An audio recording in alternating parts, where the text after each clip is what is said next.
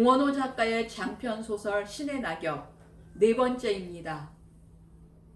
4. 축제 기간 중이었다. 축제에 참가할 수 없는 나는 혼자 하숙방이나 지키고 있어야 했으므로 아침나절부터 낮잠을 즐기고 있었다. 꿈을 꾸었다. 망측한 꿈이었다. 정사가 막 이루어지려는 순간에 노크 소리에 잠을 깨었다. 누구요? 다지밑이 아프도록 조여오고 있었으므로 황급히 벽을 향해 돌아 누우며 신경질적으로 소리쳤다. 저예요, 허빈씨. 아니, 이게 누군가? 방금 전 꿈속에 있던 바로 그 전이 아닌가? 그 전이가 꿈속이 아닌 하숙방 문 밖에 와 있을 줄이야. 목구멍이 콱 막히는 것 같은 갑갑함을 느끼지 않을 수 없었다. 그녀는 벌써 방 안으로 들어서고 있었다. 늦잠이에요? 낮잠이에요? 낮잠이라고 하기에는 너무나 이른 아침나절이기 때문에 하는 말인 것 같았다. 나는 벽을 향하고 누운 채 대꾸도 못하고 능청만을 떨고 있다가 한참 만에야 바지 밑이 겨우 진정되었으므로 부시시 몸을 일으키고 일어나 앉으며 말했다. 왜 학교에는 가지 않고? 멋쩍음을 감추기 위해 일부러 볼멘 소리를 만들어냈다. 어머, 제가 찾아온 것이 싫으세요? 누가 싫겠습니까? 그럼 뭐예요? 결강하는 학생 걱정이 된다 그런 말이죠. 나는 웃어주지 않을 수 없었다. 우리 학교도 오늘부터 축제예요. 그러면 축제에 가야 하잖아요. 파트너가 없어요. 그 학교 남학생들은 모두 눈이 어떻게 되었나 보군요. 정희씨 같은 미인을 그냥 내버려두고 있으니 말입니다. 눈이 어떻게 된 게 아니라 허빈씨 애인이라고 소문이 나서 아무도 저하고는 파트너를 하지 않겠대요. 저런, 나한테 원망이 크겠는걸요? 네, 그래요. 그러니까 대신 절 좀 즐겁게 해주세요. 최선을 다하겠습니다. 우리는 밖으로 나갔다. 날씨가 화창하게 개어 있었다. 햇볕은 따스하고 공기는 새털처럼 가벼웠다. 우리는 목적지를 정하지 않고 걸었다. 어느 집 정원에서는 꽃향기가 물씬 풍겨나오고 어느 집 창가에서는 카나리아가 한가롭게 노래를 부르고 있었다. 잔신의 학교에서도 축제가 시작되었을 거예요. 정희가 말했다. 자인이도 나와 같은 신세이리라. 혼자 하숙방이나 지키고 있으리라.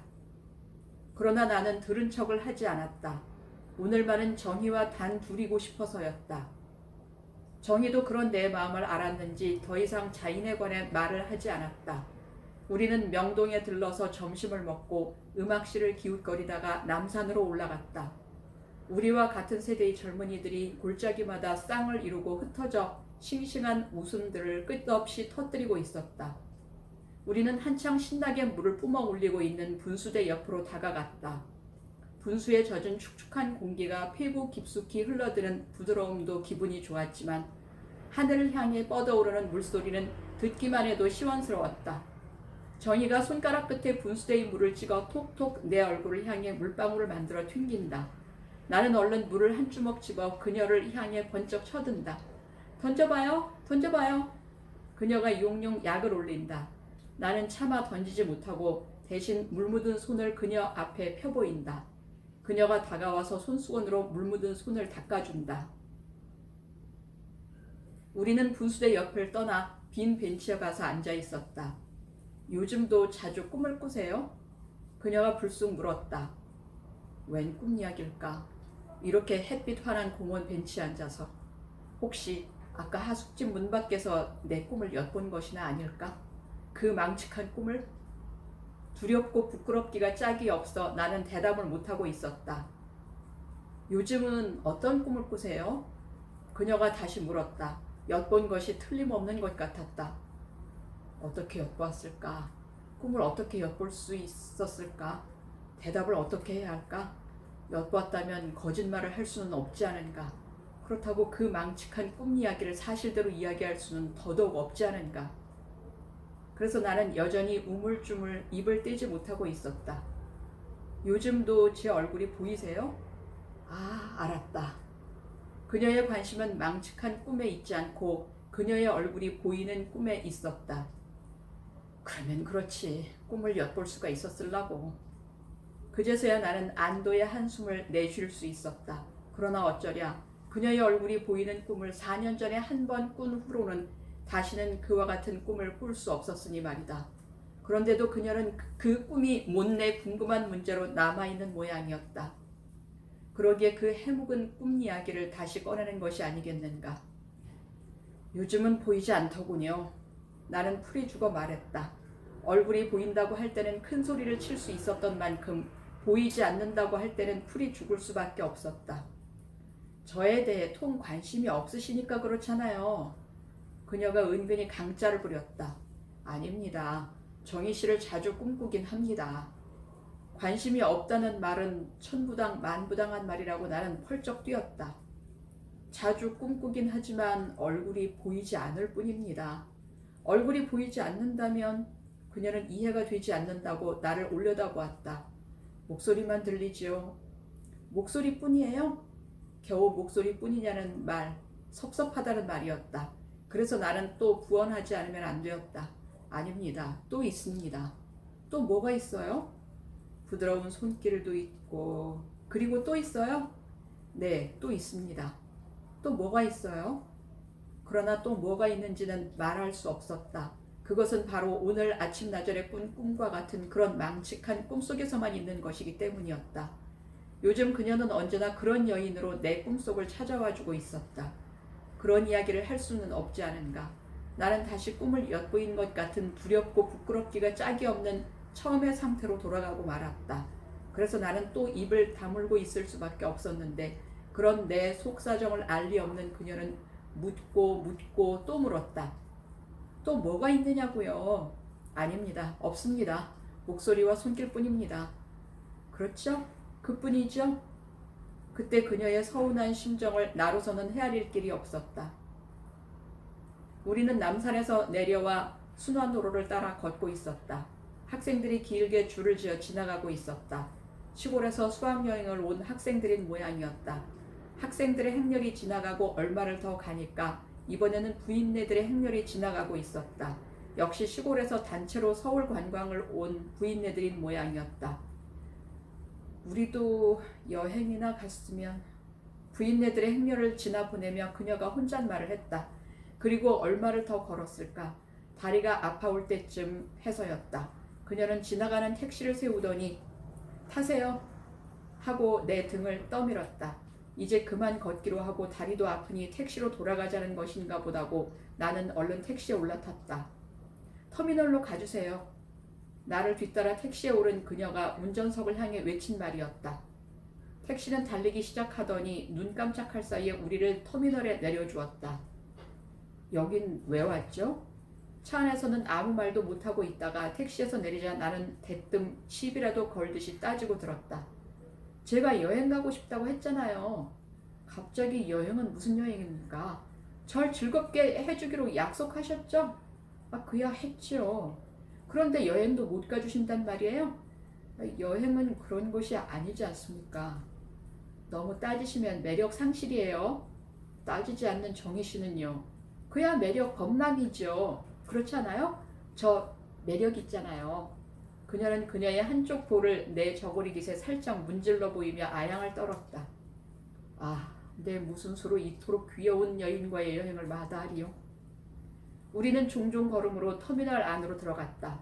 차표를 사고 나서 대합실에서 차 시간을 기다리고 있는 동안 그녀는 바삐 어디론지 갔다 오더니 작은 꾸러미 하나를 내 무릎 위에 올려놓았다. 이게 뭡니까? 잠옷이에요. 허빈 씨 거랑 제 거랑. 순간 야릇한 환영이 번개처럼 내 눈앞을 스치고 지나갔다. 나는 속으로 빌었다. 오늘 밤 그녀를 지켜줄 힘이 내 안에 준비되어 있기를. 우리가 온양에 도착한 것은 하루 해가 다 저물고 난 다음이었다.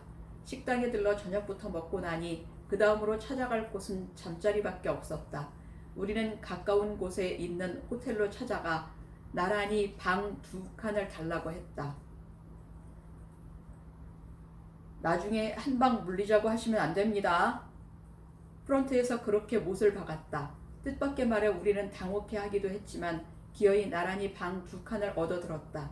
터미널에서 사가지고 온 잠옷을 가지고 그녀가 내 방으로 건너왔기에 우리는 차를 시켜놓고 마주 앉았다.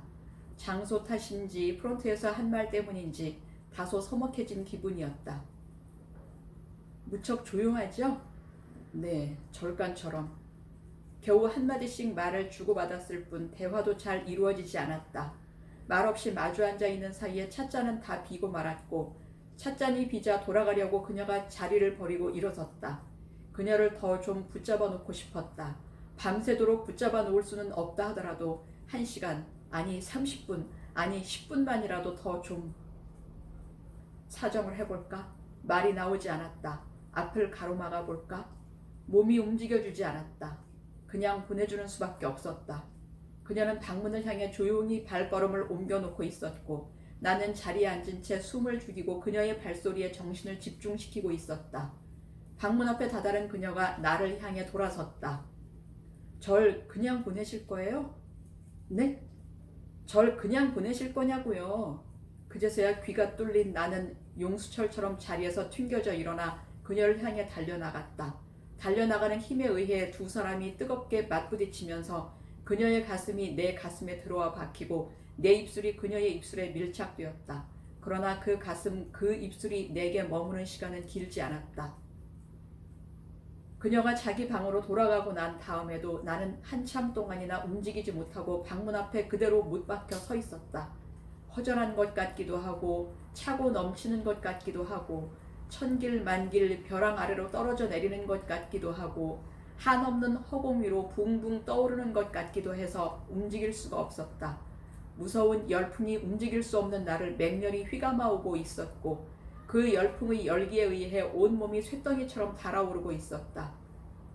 걷잡을 수 없는 뜨거운 욕정의 열기였다. 그 열기를 식히기 위해 훌훌 옷을 벗어던지고 있는데 팬티가 성기에 걸려 팽팽한 줄당기기를 하고 있었다. 확 낚어 채워버렸더니 팬티가 훌렁 벗겨지면서 그 반동을 받은 성기가 긴 모가지를 쭉 뽑고 나왔다. 흉물스러운 놈이 아닐 수 없었다. 누가 볼세라 나는 두 손으로 성기를 감싸쥐고 얼른 욕실 안으로 뛰어들어갔다. 물을 틀어놓고 온몸에 찬물을 쫙쫙 끼얹었다. 한참을 끼얹고 났더니 열기가 사그라지면서 성기도 모가지를 움츠려 주었고 어지럽던 마음도 평정을 되찾아 주었다. 나는 욕실을 나와 벗어던진 옷들을 한쪽 구석으로 몰아놓고 그녀가 갖다 준 잠옷으로 갈아입었다. 잠옷의 촉감이 무척 부드럽다고 생각하며 침대 위에 가서 몸을 눕혔다. 피로가 나른하게 몰려왔지만 잠은 오지 않았으므로 그대로 누워 시간을 보내고 있었다. 시간이 지남에 따라 피로는 가시고 다시금 힘이 솟구치면서 온몸이 또 한 차례 뜨거운 열기에 휩싸이기 시작했다. 그녀가 남기고 간 그 입술의 감촉과 그 풍만한 가슴의 탄력이 힘과 열기를 더해주고 있었다.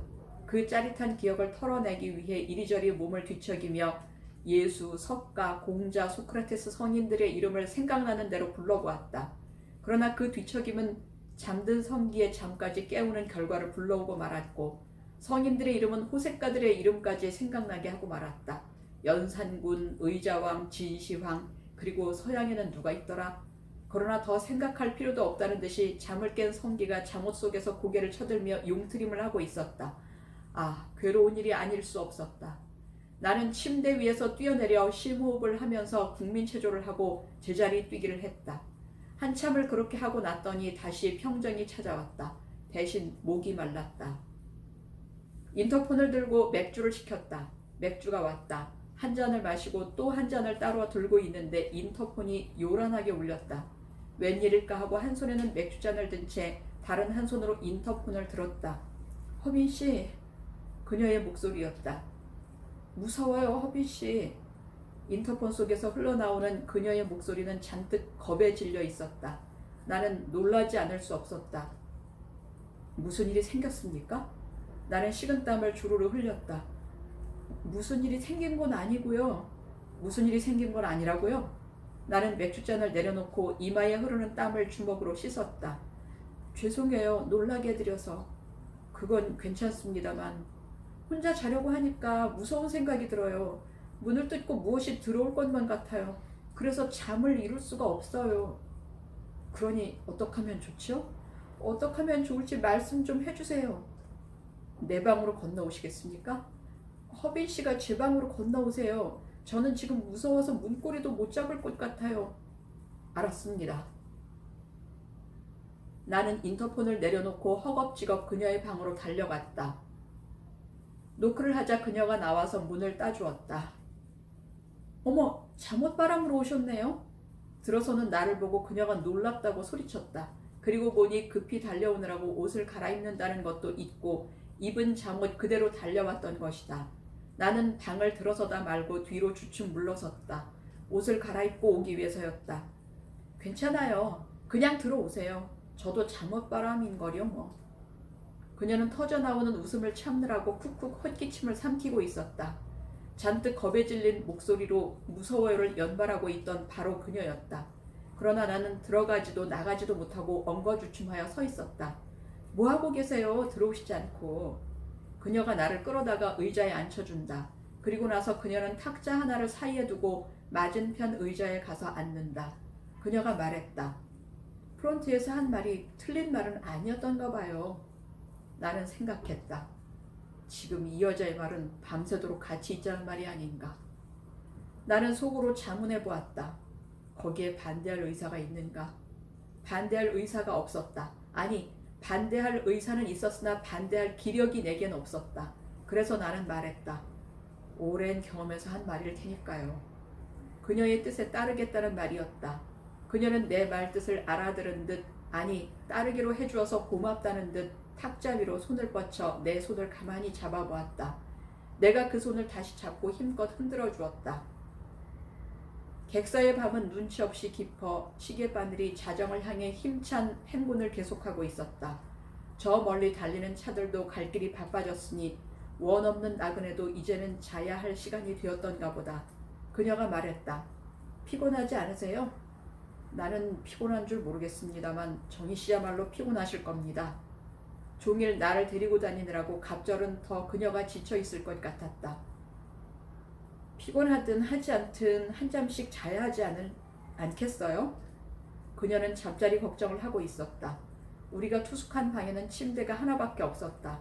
사람은 두 사람인데 침대는 하나밖에 없으니 하나밖에 없는 침대를 누가 차지할 것이며 침대를 차지하고 나머지 한 사람은 어떻게 할 것인가 하는 것이 그녀의 걱정거리였다. 그야 당연히 침대는 그녀의 차지가 되어야 했다. 나야 아무러면 어떠랴 싶었다. 정희 씨가 침대에서 주무십시오. 나는 이 의자에서 잠을 자든지 밤을 새든지 하겠습니다. 잠이 올 것 같지도 않았지만 잠을 자는 편보다는 잠자는 그녀를 지키고 있는 편이 훨씬 더 행복한 시간을 보내게 될 것 같아 그렇게 말했다. 잠을 자고 싶지 않기는 그녀도 마찬가지였던가 보다. 그럼 우리 이렇게 하기로 해요. 어떻게 해요? 침대를 둘로 나눌 수는 없으니까 밤을 둘로 나누기로 말이에요. 아침 6시에 기상을 한다 치고 0시에서 6시까지 6시간을 둘로 나누어 한 사람이 3시간씩 교대로 자도록 하자는 안이었다. 한 사람이 자는 동안 한 사람은 자지 말고 자는 사람을 지키고 있어야 한다고 했다. 지키고 있다가 자는 사람이 몸부림을 치면 바로 눕혀주고 이불을 걷어차면 덮어주고 베개를 놓치면 베어주고 그렇게 해야 한다고 했다. 재미있는 제안이었으나 걱정이 되지 않을 수 없었다. 수면 시간이 3시간이면 너무 짧지 않을까요? 허빈 씨 경우 말인가요? 제 경우 말인가요? 그야 정희 씨 경우 말이죠. 정희 씨는 아무래도 많이 피곤하실 테니까요. 피곤하지 않아요. 저도 3시간이면 충분해요. 허빈 씨가 옆에서 보살펴 주시면 잠도 더 잘 올 거고요. 그녀가 하자는 대로 하는 수밖에 없었다. 잠은 그녀가 먼저 자기로 했다. 그러나 그녀는 침대 위로 올라갈 생각을 하지 않고 그대로 눌러 앉아 있었다. 그냥 내버려 두면 그대로 밤을 새우기라도 할 것 같은 그녀였다. 어서 가서 주무십시오. 3시가 교대 시간입니다. 1분 1초도 지체하지 않고 정각 3시에 깨울 겁니다. 늦게 자면 늦게 자는 만큼 수면 시간이 단축될 겁니다. 협박 아닌 협박으로 그녀를 부추겼으나 그녀는 여전히 움직일 생각을 하지 않고 있었다. 잠이 올 것 같지 않아서입니까? 잠은 올 것 같은데 그런데 왜 침대에 올라갈 기운이 없어요. 그녀의 목소리가 떨리다 못해 잦아들고 있었다. 갑자기 어디가 어떻게 되었기에 침대에 올라갈 기운이 없단 말인가. 침대의 높이가 얼마나 높기에 기운이 없어 올라가지 못한단 말인가? 침대의 높이가 백두산의 높이란 말인가? 한라산의 높이란 말인가? 나는 실로 웃음을 감추지 못하고 있다가 어깨에 힘을 주며 말했다. 땅으로 내려올 기운은 있겠죠? 네, 있어요. 그녀도 웃음을 감추지 못하고 있었다. 땅으로 내려와서 무릎을 꿇어 보십시오. 나는 제왕처럼 당당하고 개선장군처럼 의기양양했다. 탁자를 치워주세요. 우리 사이엔 탁자가 가로놓여 있어 무릎을 꿇을 만한 공간이 없었다. 나는 제왕의 체면도 있고 끙끙거리며 탁자를 한쪽 구석으로 치워준다. 공간이 생겨나자 그녀가 의자에서 내려와 조용히 내 발 앞에 무릎을 꿇는다. 무슨 짓이든지 하라고 하면 하겠다는 그녀. 죽으라고 하면 죽기까지라도 하겠다는 그녀. 무릎을 꿇은 그녀는 이제 다소곳이 내 처분만을 기다리고 있었다. 어떻게 할 것인가 이 여자를. 객사의 호젓한 방으로 사내를 유인해놓고 그 발 앞에 무릎을 꿇은 여자. 그 여자는 이미 잠옷으로 갈아입고 있다고 했다. 잠옷 사이로 한박꽃 같은 흰 살결을 여자는 드러내놓고 있을 것이었다. 그 살결에 손을 대보고 싶었다. 손을 대고 어루만져도 보고 쓸어도 보고 싶었다. 아니, 통째로 그 여자를 가슴속에 우겨넣고 떡이 되도록 짓이겨도 보고 싶었다. 그렇게 한다고 해서 뿌리칠 그녀가 결단코 아닐 것 같았다. 갑자기 눈앞이 환하게 밝아왔다. 그 밝음 속에 잠옷 차림의 한 여인이 확실한 형체를 드러내고 있었다. 환영이었다. 나는 눈으로 그 환영을 더듬고 있었다. 숨이 막힐 것 같은 순간이었다. 뭐하고 계세요, 허비씨? 발 앞에 그녀가 소리쳤다. 나는 그 소리에 흠칫 놀랐고 놀라는 것과 동시에 눈앞의 밝음이 사라지고 말았다. 잠옷 차림의 여인도 눈앞에서 사라지고 말았다. 무형의 그녀만이 저만치 발 앞에서 내 손이 뻗쳐오기를 애타게 기다리고 있을 뿐이었다. 저 무릎 아프단 말이에요. 네, 정희씨. 다행히 눈앞의 여인이 사라져가면서 극심하던 내 감정의 동요까지를 앗아가 주었기 때문에 이제 내게는 강한 의지력만 남아있었다. 이제는 그녀를 지켜줄 수도 나 스스로를 다스릴 수도 있을 것 같은 자신이 생겼다. 나는 의자에 앉은 채로 허리를 굽혀 그녀를 향해 두 손을 뻗쳤다. 가지런히 놓인 맨살의 두 무릎이 손끝에 닿았다. 그 바로 위에는 잠옷 밑을 막 빠져나온 두 개의 토실한 허벅지가 또 하나의 짜릿한 충격으로 거기에 놓여 있을 것이었다. 나는 그 허벅지에 손끝이 닿지 않도록 조심을 하며 무릎 위에서 그녀의 두 손을 더듬어 쥐었다. 그리고는 그 손을 공중으로 치켜 올렸다. 손은 올라왔으나 그녀의 몸체가 따라 올라오지 못했다. 손을 놓고 그녀의 양쪽 겨드랑이를 두 손으로 받쳐 올렸다. 여전히 그녀의 몸체는 따라 올라오지 못했다. 그 정도로는 성이 차지 않는다고 그녀가 힘을 주며 버티고 있는 모양이었다. 하는 수 없이 나는 의자에서 내려 한 발자국 그녀 앞으로 다가앉으며 두 팔로 그녀의 허리를 힘껏 껴안았다. 그리고 나서 나를 일으켜 세웠다. 그제서야 그녀의 몸체가 나를 따라 송두리째 공중으로 솟구쳐 올랐다. 휘청 그녀의 가는 허리가 꺾일 듯이 뒤틀리고 그녀의 가녀린 숨결은 기름을 부은 듯이 끓어올랐다. 두둥실 뜬 구름을 받쳐 앉기라도 한 것 같은 가벼움으로 나는 그녀를 추스르고 또 추스른다.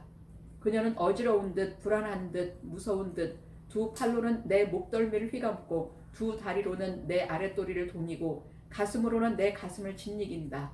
그 가슴에 뭉클하는 두 개의 이것은 또 무엇이기에 이다지도 알뜰한 감촉을 내 혈관 속에 쏟아붓고 있는 것일까? 그녀를 안고 일어서기는 했으나 나는 한 발자국도 움직이고 싶지가 않았다. 언제까지나 그녀를 안고 그 자리에 그대로 소금 기둥이 되어 서 있고 싶었다. 그러나 그럴 수는 없는 일. 나는 내키지 않는 걸음으로 침대 곁으로 다가가서 다시 한번 가볍게 추스려 보고는 조심조심 그녀를 침대 위에 내려놓았다. 그러자 내 목덜미를 휘감던 그녀의 팔도, 내 아랫도리를 동이던 그녀의 다리도, 뭉클하던 그녀의 가슴도 내 지각의 영역에서 떨어져 나갈 수밖에 없었다. 아쉽고 허전했지만 어쩔 수 없는 일이었다. 나는 이불을 끌어당겨 그녀를 덮어주고 그녀의 팔과 다리를 이불 속으로 쓸어 넣어주고 바람이 새어들지 않도록 사방 이불깃을 눌러주고 베개도 똑바로 베어주었다. 그리고 나니 그녀를 위해 내가 할 일은 끝이 났다. 잠든 그녀를 지켜주는 일만 남아있을 뿐이었다. 나는 의자로 돌아와 있었다. 허빈씨, 침대 위에서 그녀가 나를 불렀다. 침대가 너무 넓어요. 넓으니 나를 보고 어쩌란 말인가. 그러나 나는 들은 척을 하지 않았다. 허빈 씨, 그녀가 또다시 불렀다. 갑갑해요. 이불 좀 걷어주실래요? 덮고 있는 이불 걷을 기운도 없어 또 나를 불러댄단 말인가. 그러나 그런 불평 한마디 해볼 새도 없이 나는 또 침대를 향해 달려갔고 이불을 조심조심 걷어주었다. 저 열이 나는 것 같아요. 그녀가 몸을 뒤척이며 말했다. 온몸이 불덩이처럼 달아올라요. 몸살이 나는 게 아닐까요? 나는 손을 그녀의 이마로 가지고 간다. 그녀가 내 손을 중간에서 가로채어 자기 가슴 밑에 갖다 대준다. 그 가슴 밑에서 뜨거운 열기가 얇은 잠옷 위로 맹렬하게 솟구치고 있었다. 심장의 박동 또한 그녀의 작은 가슴을 사정없이 쾅쾅 내지르고 있었다. 그녀의 목마름을 짐작케 하고도 남음이 있는 열기와 쾅쾅거림이었다.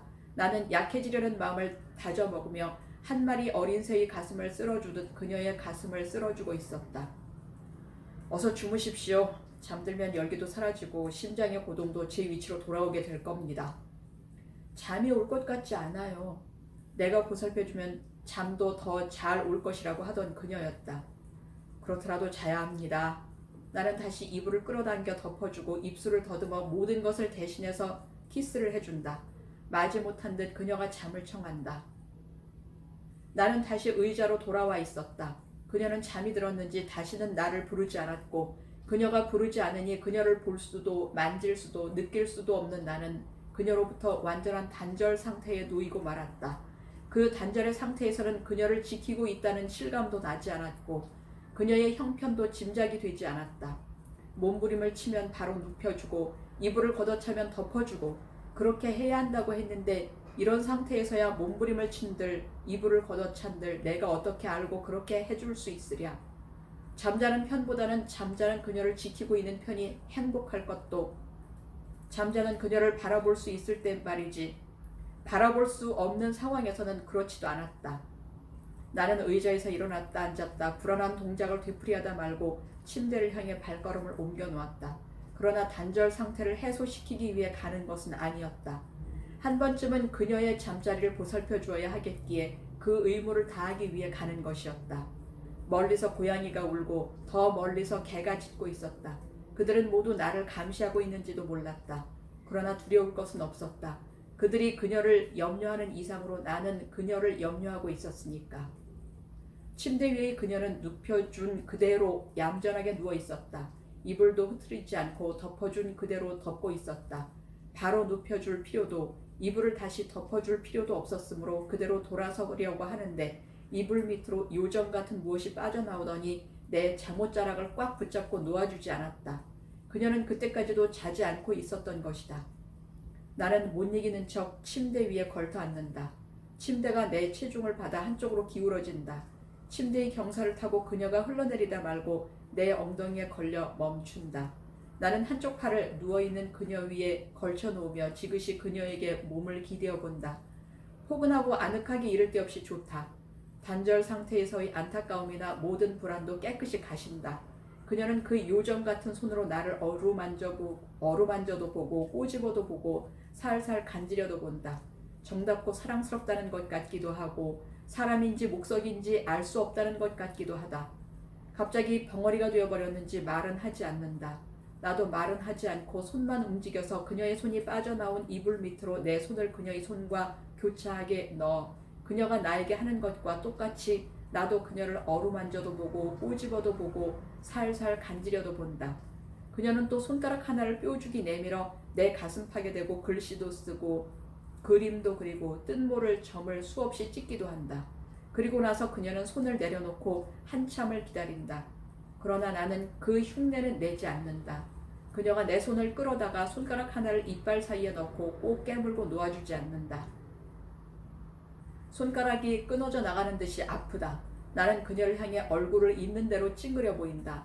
그녀가 물고 있던 손가락을 놓아준다. 손가락에 이빨 자국이 선명하게 찍혀 있다. 복수를 해야겠는데 같은 방법은 재미가 없다. 주먹을 불끈 쥐고 그녀의 안면에 들이댄다. 그녀가 혀끝을 날름대어 그 주먹을 살살 핥는다.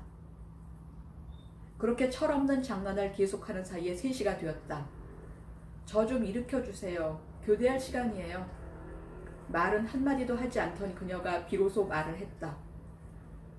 한잠도 못 주무셨지 않습니까? 나도 그제서야 말을 했다. 그렇더라도 교대 시간은 지켜야죠. 1분 1초도 지체하지 않겠다고 하셨잖아요. 나에게 할당된 3시간 모두를 양보하겠습니다. 안심하고 지금부터라도 한잠 주무십시오. 나는 계속 고초를 서겠습니다. 싫어요. 일어날래요.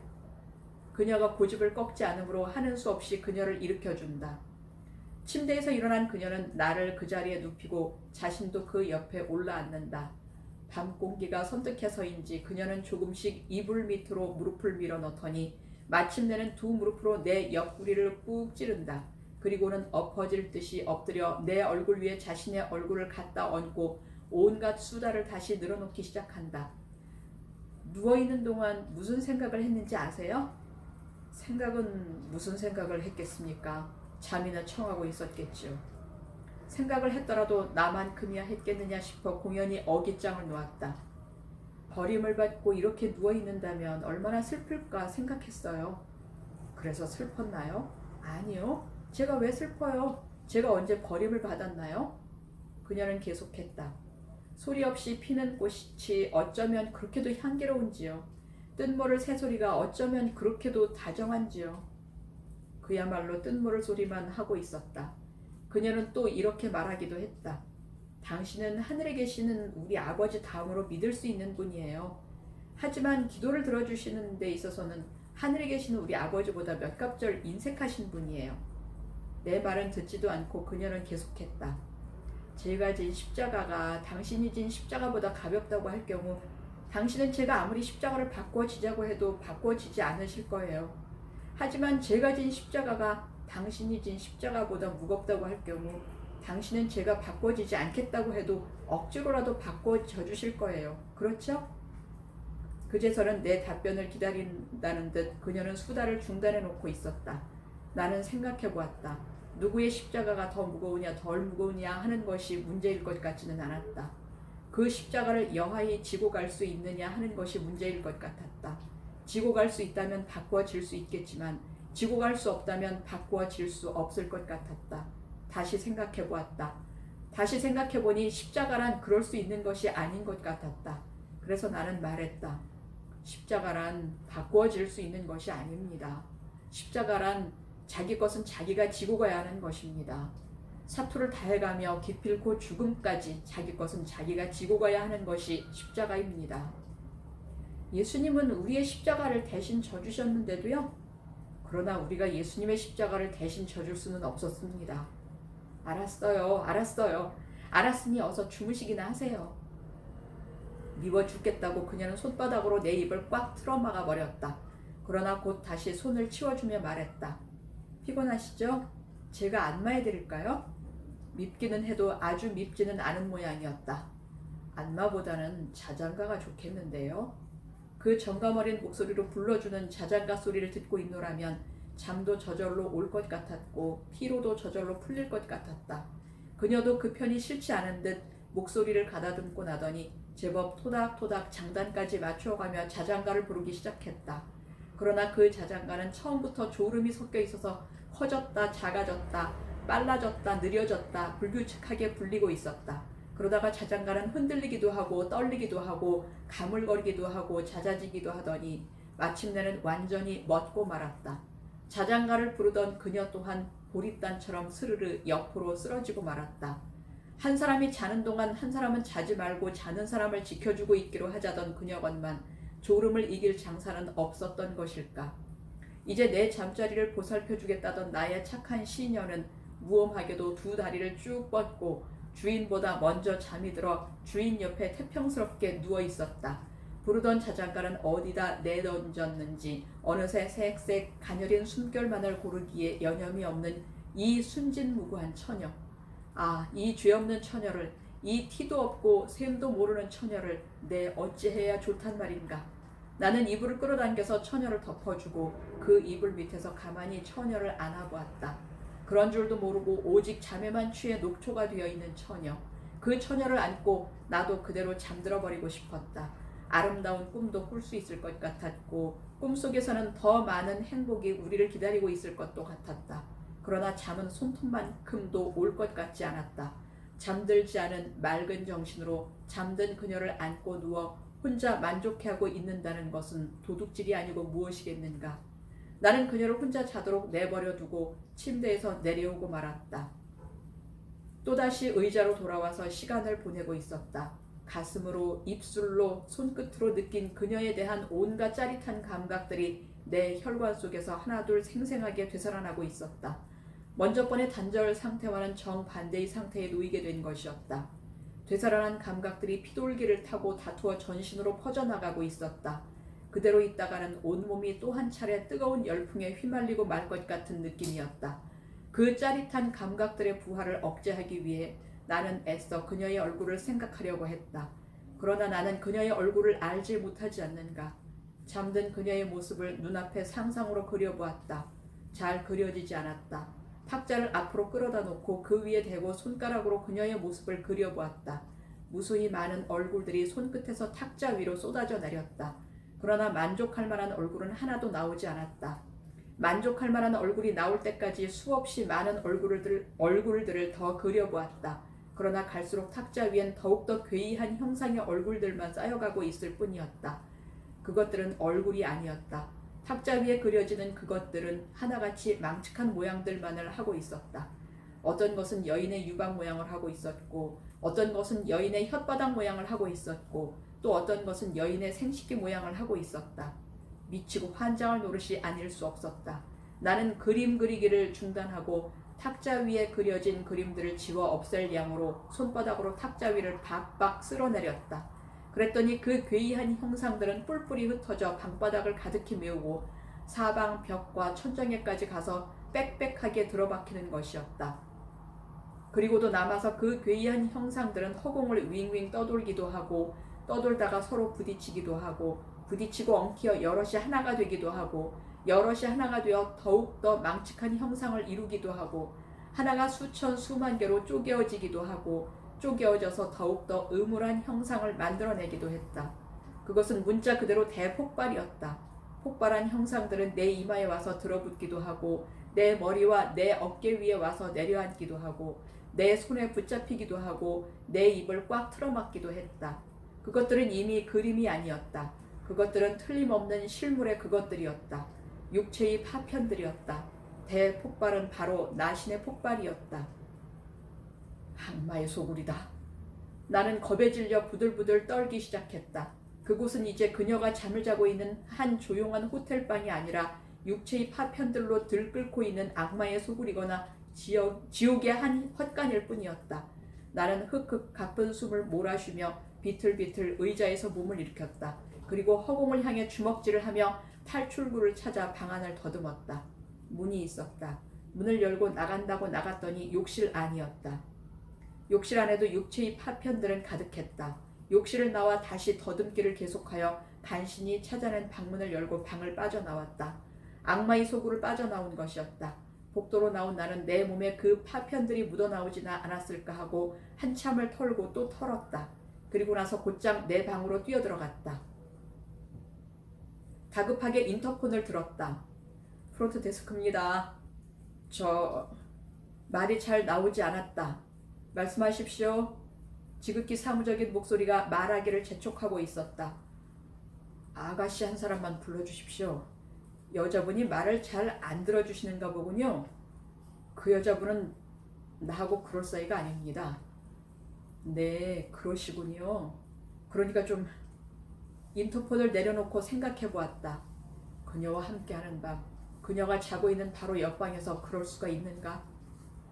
사람의 탈을 쓰고는 그럴 수 없을 것 같았다. 나는 또 생각해 보았다. 그녀가 잠을 깨고 건너온다면? 그것이 언제 일는지 알 수 없었다. 지금 당장일 수도 있고 한창 일을 벌이고 있을 때일 수도 있을 것 같았다. 그 현장을 그녀에게 보일 수는 없지 않은가. 나는 다시 인터폰을 들었다. 취소하겠습니다. 생각 잘하셨어요. 죄송합니다. 괜찮습니다. 다시 한번 협상이나 잘해보세요. 무척 다정해 보이시던데.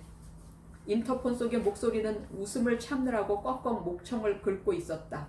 인터폰을 막 내려놓고 있는데 아니나 다를까 그녀가 들이닥쳤다.